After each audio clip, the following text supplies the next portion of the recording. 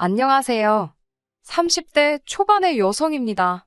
원래는 가게에 있어야 할 시간이지만 몸이 영 좋질 않아서 처음으로 가게 문을 닫고 집에 왔어요.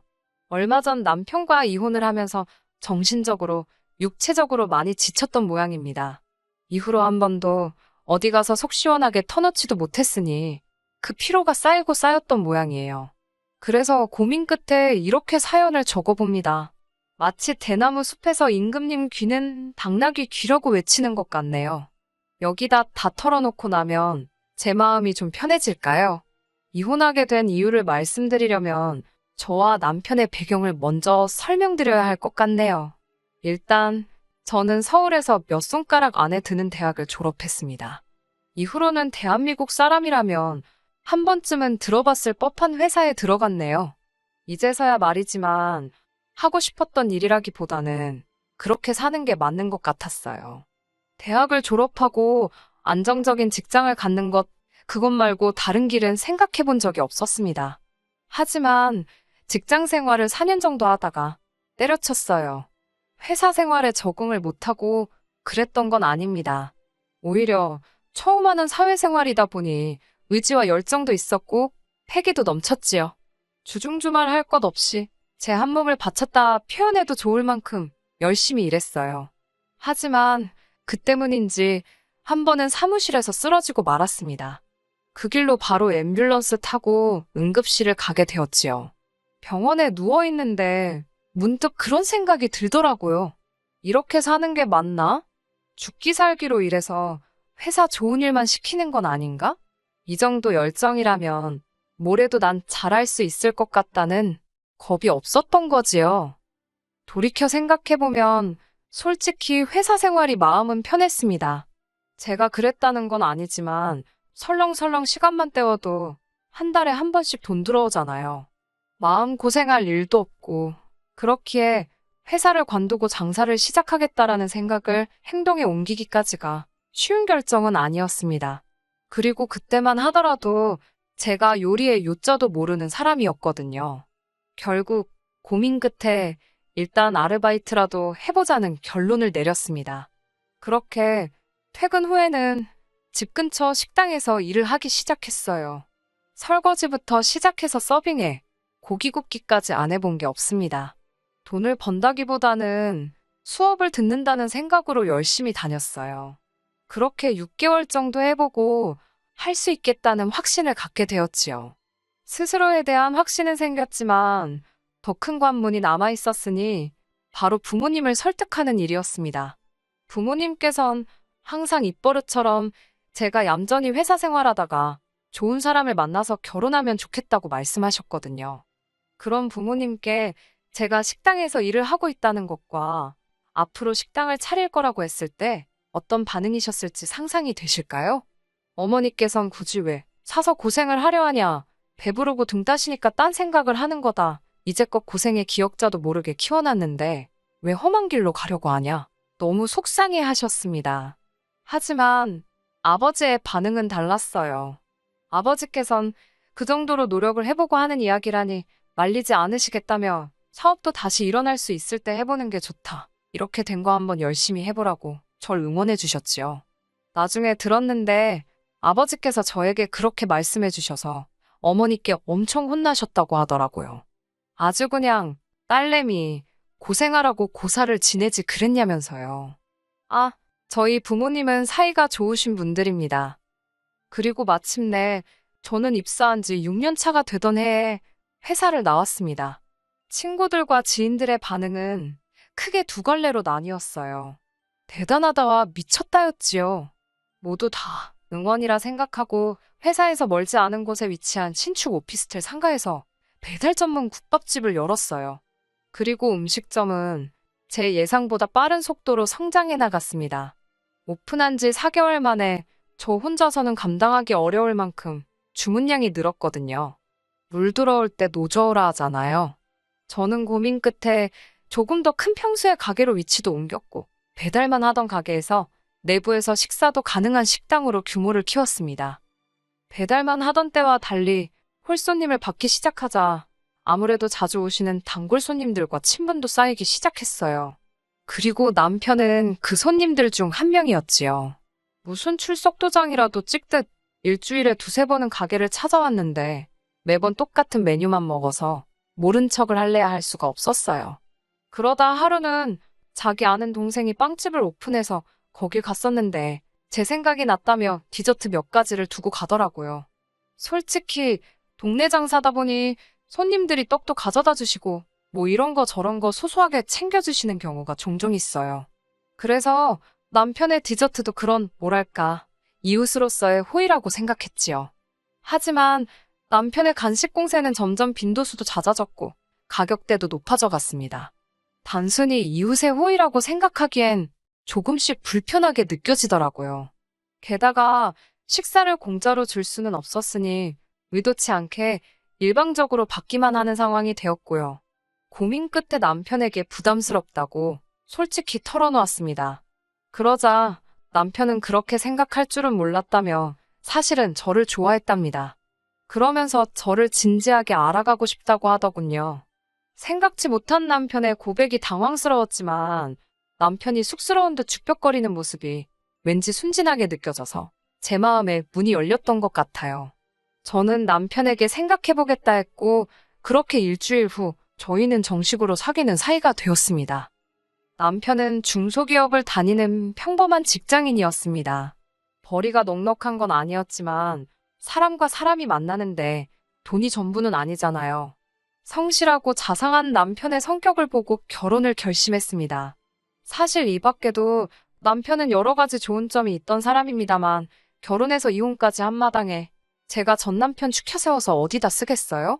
그냥 제가 바보같이 남편의 성격 하나만 보고 결혼을 결심한 게 중요한 거고 어리석었던 거지요. 남편에게는 위로 나이 차이가 제법 나는 누나가 한 명 있습니다. 결혼 전에는 만나보지 못했고요. 사실 제가 몇 번이고 만나보고 싶다고 남편에게 말은 했었거든요. 주변에서는 신우될 사람을 못하러 만나고 싶어 하냐며 저더러 특이하다, 이상하다 했지만 저는 어차피 한 가족이 될 사이인데 미리 친해져서 나쁠 게 있나? 그렇게 단순하게 생각했어요. 또 저는 남편과는 달리 외동으로 자랐다 보니 신우가 생긴다기보다는 친한 언니가 생기는 거라고 한마디로 멍청한 착각을 하고 있었거든요. 아무튼 남편에게 왜 당신 누나는 날 만나고 싶어 하지 않아 하냐니까 남편이 축벽거리더니 자기가 쪽팔려서 못 보여주겠답니다. 그리고 그때는 뭐가 쪽팔린다는 건지 남편이 정확히 말해주지 않아서 몰랐는데 결혼 후 제가 직접 겪어보니까 너무나 이해가 되더라고요. 저희 신우는 사고방식이 아주 글러먹었습니다. 상식이라는 게 없고 지 멋대로이지요. 자기한테 불리한 상황이 되면 보통 사람들은 잘못을 인정하고 사과를 하면서 어떻게든 상황을 수습하려고 하잖아요. 그런데 신우는 그런 게 없습니다. 잔머리를 쓰거나 거짓말을 해서 상황을 모면하려고 하지요. 게다가 이기적이기도 얼마나 이기적인지 남의 사정이란 건 안중에도 없습니다. 한 번은 이런 일이 있었어요. 결혼하고 얼마 지나지 않아 있었던 일입니다. 신우에게는 8살짜리 아들이 있었는데요. 어찌나 극성 맞고 말을 안 듣는지 유치원 원장 선생님이신 저희 친정어머니께서도 상견례 자리와 결혼식에서 시조카를 보시고는 고개를 절레절레 저으실 정도였네요. 저는 결혼 전부터 거북이를 한 마리 키우고 있습니다. 원래는 강아지나 고양이를 입양할 생각이었는데 식당을 운영하게 되면서 아무래도 털 날리는 동물은 안 되겠더라고요. 친구들은 저더러 걱정을 사서 한다고 무안을 줬지만 솔직히 아무리 조심한다고 해도 옷에 붙은 강아지나 고양이 털이 식당에 딸려갈 수도 있잖아요. 위생은 식당의 생존과 직결되는 부분이다 보니 조심스러울 수밖에 없었네요. 고민을 거듭하는 절 보고 한 친구가 저에게 거북이를 선물해 주었습니다. 손도 많이 안 가서 키우기 어렵지 않고 또 계속 보고 있으면 은근히 예쁜 구석이 있다면서요. 그리고 그때부터 지금까지 가족처럼 키우고 있지요. 그리고 이게 문제가 될지는 몰랐네요. 신우 아들이 제 거북이를 엄청 좋아합니다. 신우의 사적인 부분이라 이렇게 이야기를 해도 될지 조심스럽습니다만 신우가 사는 형편이 좋지가 못해요. 누구 하나 저에게 속 시원히 말해준 사람이 없어서 신우가 왜 그러고 사는지는 저도 잘 모르고요. 아무튼 반지 합방에서 신우부부와 그 집 아들 그리고 더 어린 딸까지 네 식구가 같이 살고 있었는데 솔직히 말이 반지하지 집안에서 햇볕 한 점 보기 어려울 만큼 지하나 마찬가지인 곳이었습니다. 신우 말로는 곧 아파트로 이사 갈 거라고 했지만 처음엔 저도 괜한 오지랖으로 거기서 옴짝달싹 못하고 시족하더라고 지내는 신우가 안쓰럽더라고요. 그래서 몇 번 신우가 저희 집에 놀러 가도 되냐고 물어봤을 때 그러라 했었습니다. 그런데 그게 화근이었지요. 신우는 제 말 뜻을 아무 때나 와도 좋다쯤으로 이해했나 봅니다. 이후로 연락도 없이 찾아오기가 여러 번이었거든요. 저는 화요일에 가게 문을 닫았고 남편은 다른 직장인들처럼 주말에 쉬었습니다. 그렇다 보니 신혼인데도 서로 얼굴 볼 시간이 많이 없었던 게 사실이에요. 그렇다고 해서 그 점을 불평하진 않았습니다. 솔직히 서로에게 방해받지 않고 쉴 수 있으니 좋다고 생각했거든요. 그리고 주말 중 하루는 남편이 가게에 나와 일을 도와주기도 했으니 딱히 서운할 건 없었지요. 하지만 신우가 시조카드를 데리고 주말마다 오기 시작하면서 저희의 생활 패턴에 조금씩 금이 가기 시작했습니다. 게다가 신우나 시조카나 할 것 없이 저희 집을 자기들 집처럼 활개를 치고 다녔으니 저도 모르게 점점 예민해지더라고요. 문제가 된 그날은 아침에 준비한 국밥이 평소보다 일찍 다 팔려서 생각보다 이른 귀가를 했어요. 신우가 온다는 소리도 못 들었기 때문에 남편이랑 뭐라도 시켜 먹을까 즐거운 상상을 하며 집에 들어갔지요. 하지만 집에 들어서기가 무섭게 짜증나는 상황을 보고 말았습니다. 시조카가 어항에서 거북이를 꺼내 이리저리 주물떡거리고 있더라고요. 어이가 없어서 제가 바로 거북이를 낚아채 어항으로 돌려놨습니다. 그러자 시조카가 자기 지금 갖고 놀고 있다며 당장 내놓으라며 울어제끼더라고요. 신우가 어디선가 불이 나게 쫓아와서는 그까짓 거북이가 자기 아들보다 중요하냐며 소리를 꽥 질렀고요. 제가 하는 행동이 자기 아들의 EQ 감성을 해치는 거라나 감수성을 망가뜨린다나 뭐 말 같지도 않은 소리를 하면서 말이지요. 그러면서 자기 같으면 시조카한테 그냥 선물로 줬을 거랍니다. 제가 황당해서 신우한테 동네 수족관 가서 하나 사주라고 그랬어요. 얼마 비싸지도 않다고요. 그러자 신우가 한다는 말이 자기가 5,000원 줄 테니까 일주일만 빌려달랍니다. 자기 아들이 일주일 정도 데리고 있으면 분명히 질릴 거라면서요. 엄연한 생명체인데 그걸 돈 주고 빌리려는 신우의 사고방식이 도무지 이해가 되질 않아서 정말 입을 떡 벌리고 신우를 쳐다봤습니다. 그래도 저 신우를 이해해 보려고 했습니다. 애가 하도 찡찡대고 그러니 정신 사나워서 실언을 한 거겠지라고요. 하지만 신우의 성격 자체가 문제가 있다는 걸 알게 되기까지는 오랜 시간이 걸리지 않았습니다. 하루는 남편이 저에게 오늘만 차를 바꿔 타면 안 되겠냐고 묻더라고요. 평소에 남편은 외제차인 제 차는 부담스러워서 끌기 싫어하는 사람이었기 때문에 그런 남편의 제안이 꽤나 의아했어요. 하지만 오래지 않아 남편의 의도를 알아차리게 되었네요. 남편이 저에게 그런 이야기를 꺼냈던 건 바로 신우 때문이었습니다. 신우가 친구들과 모처럼 만나기로 했었대요. 그런데 신우가 저희 남편에게 그 약속 이야기를 하면서 제 차를 좀 빌려달라 하더랍니다. 남편은 그러면 누나가 직접 이야기하라 했대요. 그런데 신우가 자존심 상한다고 어떻게 그런 소리를 하냐면서 너는 네 누나가 네 마누라한테 아쉬운 소리 하는 게 보고 싶은 거냐며 악다구니를 썼다네요. 그 기세에 눌린 남편이 결국 저에게 말도 안 하고 제 차를 신우에게 가져다 주었고요. 제가 이 사정을 알게 된 건 신우가 사고를 냈기 때문이었습니다. 막말로 티나 안 나게 조심히 타지 이게 다 무슨 일인가 싶어서 짜증이 몰려오더라고요. 남편과 신우가 잔머리를 굴려 저 몰래 제 차를 가져갔다 보니 보험이고 뭐고 아무런 대비책도 없었거든요. 큰 사고는 아니었지만 결국 상대방에게 현찰로 300을 주기로 하고 대신 법적인 절차는 밟지 않는 쪽으로 이야기가 되었습니다. 그리고 상식적으로 이 일은 신우가 수습하는 게 맞다고 생각했기에 300을 달라고 했어요. 그러자 신우가 보이는 반응이 아주 가관이었습니다. 아주 정색을 하면서 그걸 자기가 왜 내냐고 저에게 따지더라고요. 그러더니 대뜸 저희 남편한테 뒤집어 씌우는 게 아니겠어요? 보험도 안 들고 자기한테 차를 가져다 준 제 남편이 잘못한 거라면서요. 그러면서 절대로 300은 못 준다고 아주 어깃장을 놓았습니다. 제가 신우였으면 이후로는 솔직히 올케인 제 눈치가 보여서라도 더는 아쉬운 소리를 안 했을 것 같아요. 하지만 저희 신우는 정말 속도 없더라고요. 합의금 300이 해결되기도 전 신우가 말 같지도 않은 부탁을 해왔습니다. 저더러 집을 좀 빌려달라대요. 저는 처음에 제 귀를 의심했어요. 세상에 돈 빌려달라는 사람은 있어도 집 빌려달라는 사람이 있을 거라곤 상상도 못했으니까요. 제가 그게 무슨 소리냐니까 자기 친구가 미국에서 한국으로 놀러를 오는데 그 친구가 머물 곳이 필요하대요. 신우는 언젠가 기회가 되면 자기 애들을 그 친구에게 보낼 생각을 하고 있다면서 그 친구한테 잘 보여야 된다대요. 제가 어이가 없어서 그럼 저랑 남편은 어떻게 하냐니까 그 식당에 쉬는 방이 있지 않냐입니다. 제가 그게 무슨 방이냐고 한 사람이 간신히 다리나 뻗고 앉는 공간이지 아무튼 말도 안 되는 소리 하지 말라고 했습니다. 그러자 신우는 저더러 사람이 뭘 그렇게 야박하냐며 가족을 위해 일주일만 양보 좀 해주면 덧나냐고요. 그리고 그 집이 제 집이냐입니다. 자기 동생 돈도 들어갔으니 자기 동생이 허락하면 저도 할 말 없는 거라네요. 결국 신우의 억지를 도무지 감당할 수 없던 제가 남편에게 이 상황을 전했습니다.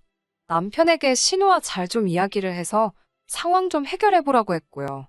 그러자 남편이 한다는 말이 이게 다 신우가 돈이 없으니까 먹고 살기가 빠듯해서 자격지심까지 생기고 그런 것 같다며 뜬금없이 이참에 저희 가게에서 일이라도 시키면 어떻겠냐입니다.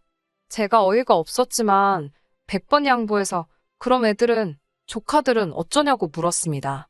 그러자 남편은 정말 별거 아니라는 듯 가게 한쪽에서 숙제도 하라 그러고 거기서 데리고 있으면 되지 않냐고 저에게 오히려 되묻더라고요. 어처구니가 없어서 진심이냐고 물었더니 남편은 한 가족이니까 서로 돕고 살면 좋지 않겠나 싶어 해본 소리랍니다. 남편에게 지금 신우 자격지심을 나더러 어떻게 좀 해보라는 거냐고 그걸 왜 내가 품고 가야 하냐고 물었습니다. 가뜩이나 자동차 때문에도 스트레스 받아 죽겠는데 신우는 집 타령을 하고 있질 않나. 근데 당신까지 왜 말인지 방군지 분간을 못하냐고 되는 대로 쏴붙였네요. 결국 이후로 3, 4일 동안 똑같은 이야기로 몇 번의 실랑이가 있었고 급기야 남편은 그러면 신우 친구가 어디 호텔에 머물 수 있게 우리가 얼마 좀 보태주잡니다. 진짜 이때는 욕이 튀어나오려고 하더라고요. 제가 그걸 왜 내가 보태줘야 하냐니까 남편이 한다는 소리가 저더러 어쩌면 그렇게 손해를 하나도 안 보려고 하냐입니다. 욕심이 사납다대요. 그 소리를 듣자 비로소 정신이 들더군요. 내가 왜 이런 소리까지 들어가며 이 사람과 살아야 하는 거며 신우를 감당해야 하는지 말이에요. 더는 참을 수가 없어서 남편에게 헤어지자고 했습니다. 남편은 어이가 없다는 듯 알겠다고 자기가 신우를 안 보고 살면 되는 거 아니냐며 그때부터 입술은 내밀고 매사 툴툴거리고 다니더군요. 이혼을 하자는데도 제가 쇼를 한다고 생각했는지 전혀 진지하게 받아들이는 구석도 없었고 마치 저랑 기싸움을 하려 드는 것 같았지요. 신우랑 연락을 끊는다고는 하지만 그게 쉬운 일도 아닐 테고요. 피는 물보다 진하다는데 그걸 어떻게 끊어놓겠어요? 그리고 솔직히 그 밖에도 재산이라던가 여러 가지 요인들을 고려해봤을 때 더는 남편과 결혼 생활을 유지한다고 해서 저에게 나아질 건 아무것도 없겠더라고요. 그래서 결국엔 이혼했습니다. 아, 이런 계산을 결혼 전에 할 수 있었다면 얼마나 좋았을까요? 남편과 제 사이에는 아이도 없었고 생활비를 제외하곤 각자 돈 관리를 하고 있었기 때문에 이혼 과정은 어렵거나 복잡하지 않았습니다.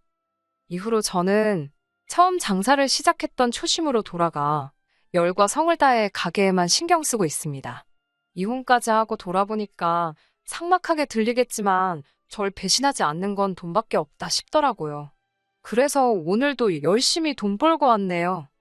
그 300은 이혼할 때 남편 몫에서 제가 셀프로 정산했습니다. 남편은 그런 법이 어딨냐고 따졌지만 저도 지지 않고 내 차를 나한테 말도 안 하고 네 누나한테 가져다 준 거부터가 범죄라고 한 번 민사라도 걸어볼 거냐고 맞불을 두니 입을 딱 다물던걸요? 이후로 남편이나 신우나 어떻게 살고 있는지 정확히 들은 바는 없습니다. 관심도 없고요. 지들 멋대로 살겠지요.